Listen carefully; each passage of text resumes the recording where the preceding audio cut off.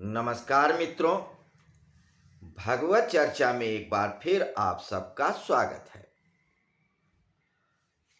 भगवत चर्चा की इस सीरीज में हम लोग ईशावास्योपनिषद पे चर्चा कर रहे हैं।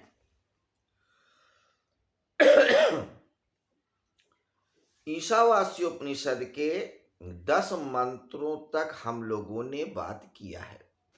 आज 11वें मंत्र पे बात करेंगे।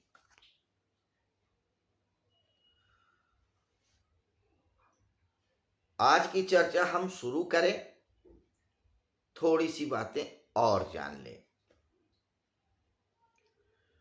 उपनिषद ही वेद के प्रमाण हैं। उपनिषदों को हम ब्रह्म विद्या कहते हैं, यानी कि वेदों के उस भाग को जिसमें ब्रह्म की चर्चा की गई है। ब्रह्म यानी कि वो कारण या वो तत्व जिससे ये संसार बना है, या वो तत्व जो अल्टीमेट तत्व है। ब्रह्म वो तत्व जिसको जानने के बाद कुछ जानना शेष न रहे, पाना शेष न रहे, करना शेष न रहे। ब्रह्म का अर्थ यहाँ पे सिर्फ ब्रह्मा जी से मत लगाइए, उन देवता से मत लगाइए जिनके 5 मुख हैं। कुछ लोग 4 मुख समझते हैं, कुछ या और चीजें। ब्रह्मा का तात्पर्य यहाँ पे तत्व से है, उस परम तत्व से है जो सबसे पहले था और सबके बाद भी रहेगा, सबके अंदर भी है, सबके बाहर भी है। उसी ब्रह्म तत्व की चर्चा उपनिषद करता है। उपनिषदों की संख्या पे हम लोगों ने कई बार बात किया कि यूं तो 108 उपनिषदों की मान्यता है, लेकिन उसमें 11 उपनिषद मुख्य हैं। वे 11 हमारे चारों वेदों से लिए गए हैं। सबसे ज्यादा उपनिषद यजुर्वेद से लिए गए हैं, 5 उपनिषद। ऋग्वेद से 1 लिया गया है और 2 लिए गए हैं सामवेद से, 3 लिए गए हैं अथर्ववेद से। अथर्ववेद से जो उपनिषद लिए गए हैं 11 मुख्य उपनिषदों में, जिनका नाम है, वे हैं मुंडक उपनिषद, प्रश्नोपनिषद, मांडूक उपनिषद। ऋग्वेद से सिर्फ 1 उपनिषद लिया गया है, ऐतरेय उपनिषद। ये बहुत महत्वपूर्ण उपनिषद है।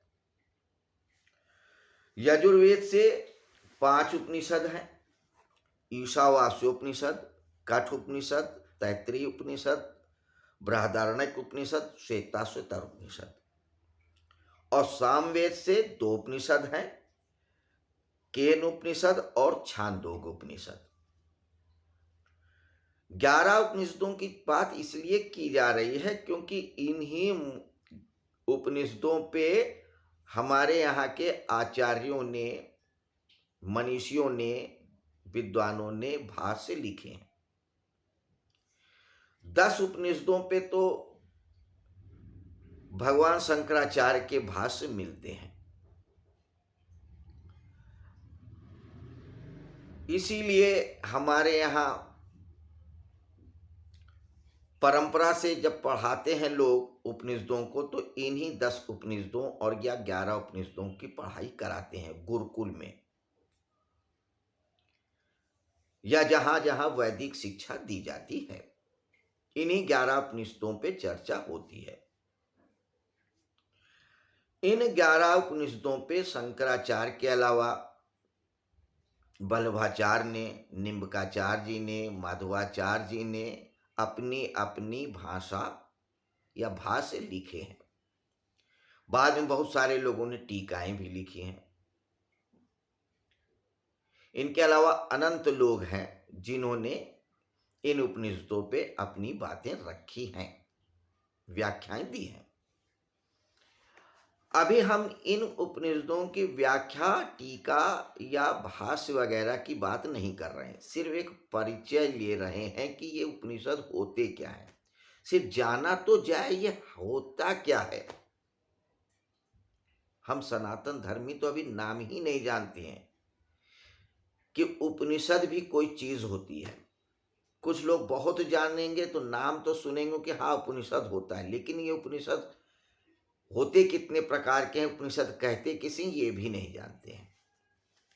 तो हम अगर अपने आप को सनातन धर्मी कहते हैं और ये भी नहीं मालूम कि उपनिषद क्या है, तो हमें अपने सनातनी होने का कोई गर्व नहीं करना चाहिए। खैर ये अलग विषय है, लेकिन अभी हमारा विषय सिर्फ परिचय प्राप्त करना है। इसी श्रृंखला में हम लोगों ने सबसे पहले ईशावास्योपनिषद पे चर्चा शुरू किया। ईशावास्योपनिषद यजुर्वेद से लिया गया है। इसमें काणु शाखा का 40वां अध्याय है। 18 मंत्र हैं कुल। 9 मंत्रों तक हम लोगों ने बात किया है, 10 मंत्रों तक। आज 11वें मंत्र पे बात करेंगे, लेकिन 11 मंत्र या 11वां मंत्र हम आज फिर चर्चा में लें, इसके पहले थोड़ी सी और बातें जान लें। फिर इसलिए मैं कह रहा हूं चर्चा में लेने की 11वें मंत्र की चर्चा थोड़ी सी हमने पिछले एपिसोड में भी किया था, इसलिए कहा। हाँ, उपनिषद के संदर्भ में एक बात और कि उपनिषदों को ब्रह्म विद्या कहा जाता है, अभी हमने चर्चा में लिया। और जो उपनिषदों के बारे में जानते हैं वो जानते ही होंगे। इन ब्रह्म विद्या में ऐसा नहीं है कि आपको कुछ ऐसा सत्य मिल जाएगा, ज्ञान मिल जाएगा कि आपकी सारी समस्याएं खत्म हो जाएंगी। क्योंकि ब्रह्म विद्या यानी ये उपनिषद जो है, ये आपकी समस्याओं की बात नहीं करता है। वो समस्याओं की बात ही नहीं करता है, सिरे से नकार देता है। वो कहते हैं कि समस्याओं की तो बात ही मत करो। अब कहिएगा क्यों? क्योंकि उपनिषदों का एक मानना है कि ये जो समस्याएं हैं ये सिर्फ कल्पित है, ये कल्पना है, ये संसार की ही कल्पना है, इसका कोई अस्तित्व नहीं है। अस्तित्व सिर्फ ब्रह्म का है, उस तत्व का है, उसके अलावा सब कुछ कल्पना है, माया है। शंकराचार्य जी ने इसीलिए तो कहा ब्रह्म सत्यम जगत मिथ्या, यानी जगत मिथ्या है, स्वप्न है। तो जैसे एक व्यक्ति है, स्वप्न में बहुत परेशान है, उसे प्यास लगी है, भूख लगी है, रोग भी है और बहुत सारी समस्याएं, तड़प रहा है, परेशान है, हल ढूंढ रहा है, समाधान ढूंढ रहा है, और हो सकता है सपने में उसको समाधान मिल भी जाए, लेकिन उससे क्या उसकी समस्याओं का हल होगा? नहीं होगा। आप कहोगे कि समस्या स्वप्न में है और स्वप्न में ही समाधान मिल रहा है, तो उसका अर्थ क्या है? आप जाग जाओ, समस्या कोई नहीं है। अगर मनुष्य जाग जाए तो क्या पाएगा? उसकी समस्याएं हैं? अभी नहीं है। अगर स्वप्न में भूखा था तो क्या बाहर यानी जाग करके उसको पता लगेगा या वो खाना मांगेगा? नहीं मांगेगा, हंसेगा। अगर स्वप्न में वो देख रहा है कि कोई शेर उसको मार रहा है, तो क्या फिर वो शेर को मारने चलेगा कि नहीं, शेर मेरे को खा रहा था, चलो मैं उसको गोली मार दूं, अब मैं जग गया हूं? नहीं, वो मिथ्या था। तो कहते हैं कि जगत भी मिथ्या है। तो इस मिथ्या जगत, इस स्वप्न की समस्याओं के समाधान की क्यों बात किया जाए? सिर्फ जाग जाओ, यही बहुत है। तो ये उपनिषद सिर्फ जागने की कला सिखाते हैं, जागने की विधि बताते हैं, जागने का तरीका बताते हैं, या जगत सिर्फ स्वप्न है यही बताते हैं। तो इस जगत, सोते हुए जगत से जागने की विधा का नाम है उपनिषद। तो अगर इस ब्रह्म विद्या को पढ़ करके आप जागे नहीं, तो फिर कोई अर्थ भी नहीं है इनको पढ़ने का। चर्चा सिर्फ इसलिए कर रहे हैं कि हो सकता है कि आप में से कोई जग ही जाए, और ना जगे तो कम से कम जगने का प्रयास करने लगे, यही बहुत है। हमारी कोशिश कामयाब हो जाएगी। हजारों लाखों में एक व्यक्ति भी जागने के लिए उद्यत हो जाए तो बहुत है। खैर, तो आइए अब 11वें मंत्र की बात करते हैं। 11वां मंत्र ईशावास्योपनिषद का कहता है, विद्याम च यस्तद् वेदो उभयम सह अविद्याम मृत्युम तीर्त्वा विद्या अमृतम अश्नुते। विद्याम च अविद्याम, विद्या और अविद्या, च यस्तद् वेदो उभयम सह, जिन्होंने इन दोनों को एक साथ जाना है, अविद्या मृत्युम तीर्त्वा विद्यायाम अमृतम अश्नुते। अविद्या मृत्युम, वो विद्या के द्वारा अविद्या की मृत्यु से तर के अमृत को प्राप्त कर लेते हैं। देखिए, ये तो शाब्दिक अर्थ है।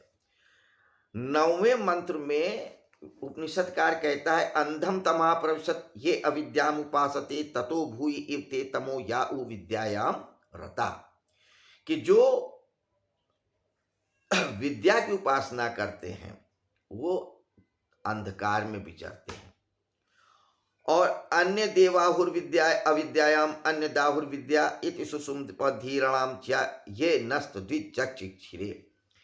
अन्य देवाहुर विद्या अन्य दाहुर अविद्या, कि जो अविद्या की उपासना करते हैं, यानी कि उनसे अन्य जो विद्या की उपासना करते हैं, इति सुषुम्धीरणाम ये नस्त द्विचक्षिरे, कि ये सुना है कि वो और घने अंधकार में विचरते हैं। तो विद्या और अविद्या की बात की, और हमने पिछले एपिसोड में जाना था कि यहाँ पे विद्या और अविद्या से तात्पर्य कर्म और उपासना से, कि जो कर्म में लगा रहता है वो अंधकार में तो विचरता ही है, क्योंकि आज कर्म ही कर रहे हो। आज छोटा मकान बना रहे हो, कल बड़ा मकान बनाओगे, फिर और बड़ा मकान बनाओगे। आज छोटी फैक्ट्री, कल बड़ी फैक्ट्री, कुछ और बड़ी फैक्ट्री। आज छोटा पद, कल बड़ा पद, फिर और बड़ा पद। कर्म ही कर रहे हो। फिर मरोगे, फिर कर्म करोगे, फिर पैदा होगे, फिर कर्म करोगे, कर्म ही करते रहोगे। एक डूबियस सर्किल में आप घूमते रहोगे।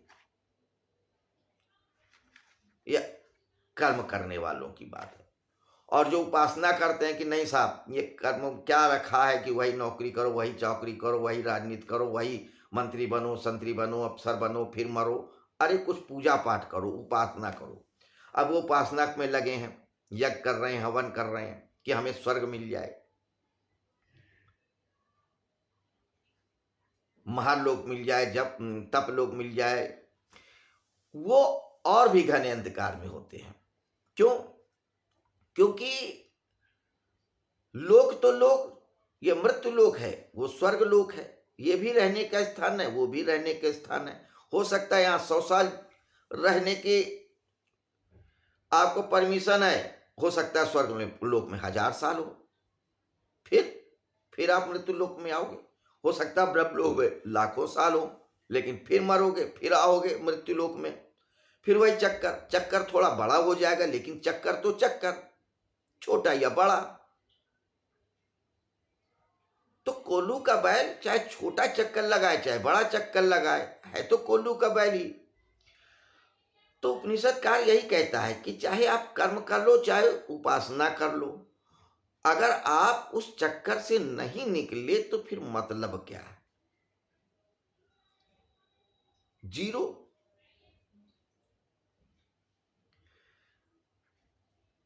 तो ये इन 2 मंत्रों में कर्म को जानने वालों की बात करी और उपासना करने वालों की भी बात कही। अब इस 11वें में कहते हैं कि जो कर्म को जानते हैं वो अलग कुछ जानते हैं, और जो उपासना को जान गए हैं वो कुछ और जानते हैं। यानी दोनों का अनुभव अलग अलग है। कर्म वाला बस कर्म में जो ज्यादा से ज्यादा पा लिया जाता है उसको जानता है। भौतिक जगत में आज बाबू है, कल अफसर हो गया, फिर मंत्री हो गया, फिर बड़ा मंत्री हो गया, प्रधानमंत्री हो गया, बस यही जानेगा कर्म वाला। तो उसका ये अनुभव होगा। और उपासना वाला है कि नहीं साहब, हमने पुण्य किया, हमारी प्रतिष्ठा हुई, हम स्वर्ग जाएंगे और ये जाएंगे वो जाएंगे, उसका अनुभव है। तो वही कहता है कि जो कर्म की उपासना करते हैं, यानी विद्या की उपासना, अविद्या की उपासना करते हैं, उनका अनुभव कुछ और जो उपासना करते हैं उनका अनुभव कुछ और होता है, ऐसा हमने सुना है। विद्या च अविद्याम च यस्तत् वेदो वह्यम सह अविद्या मृत्युम तीर्त्वा विषया अमृतम अश्नुते। तो जो लोग दोनों को वास्तविक रूप में जानते हैं, वो लोग इस ब्रह्म विद्या के द्वारा, जो असली विद्या है उसके द्वारा, यानी कि उपासना के द्वारा, अब वो उपासना उस तरीके